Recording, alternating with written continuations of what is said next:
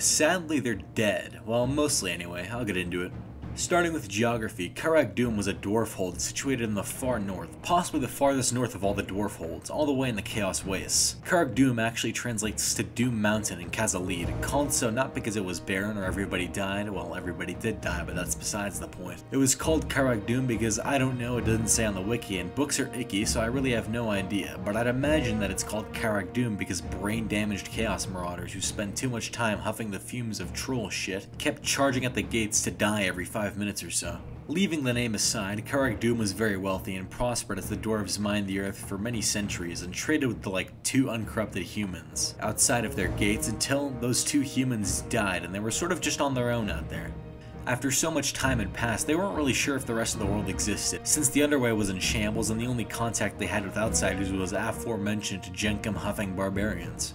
Well, in 2400 IC, the Dwarfs of Karag unwillingly became involved in a conflict they didn't even know was happening until it marched to their gates. The Great War of Chaos began with a detachment of Asavar Kul's Great Horde besieging Karag, that detachment being led by Scathlock Ironclaw. Now, at first, Scathlock wasn't really sure how to approach this siege, as Firebearded and his dwarfs just blew up or mowed down or chopped down all of his Chaos Warriors and Chaos Marauders as they ran at the fortifications of the Great Karag. However, after wasting the lives of his men at about a 70 to 0.5 KD for a while, a bloody lightbulb appeared over his head, probably literally considering this is the Chaos Wastes. Sending the biggest wave yet of men to die at the gates, Thangrim thought this was probably it, unleashing the most decadent of his weapons on the Horde, tearing them to shreds in a couple volleys. Unfortunately, what he didn't realize is that the wave wasn't an attack, it was a sacrifice. And pretty quickly, a Bloodthirster was summoned. Now that Ironclaw had a roid monster that was invulnerable to ranged fire on the field, he dedicated the full might of his army, sending them into the attack. Now, don't get me wrong, Ironclaw's horde was still decimating, being completely mocked by a mix of bombs, bullets, and boosts to the face, taking further horrendous casualties. However, a 4-foot man, even ripped and in full plate, is not killing a fucking Bloodthirster. The Greater Demon basically did all of the heavy lifting for Ironclaw, single-handedly winning the battle, which climaxed in a terrible duel between the monster and Thangrim.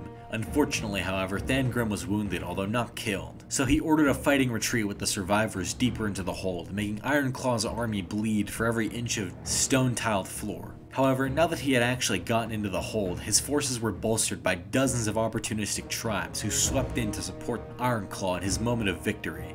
This, combined with the Bloodthirster still running riot and dropping kill streaks all over the Dwarfs, it was basically certain that they were going to be either all slaughtered or forced into the very depths of the hold.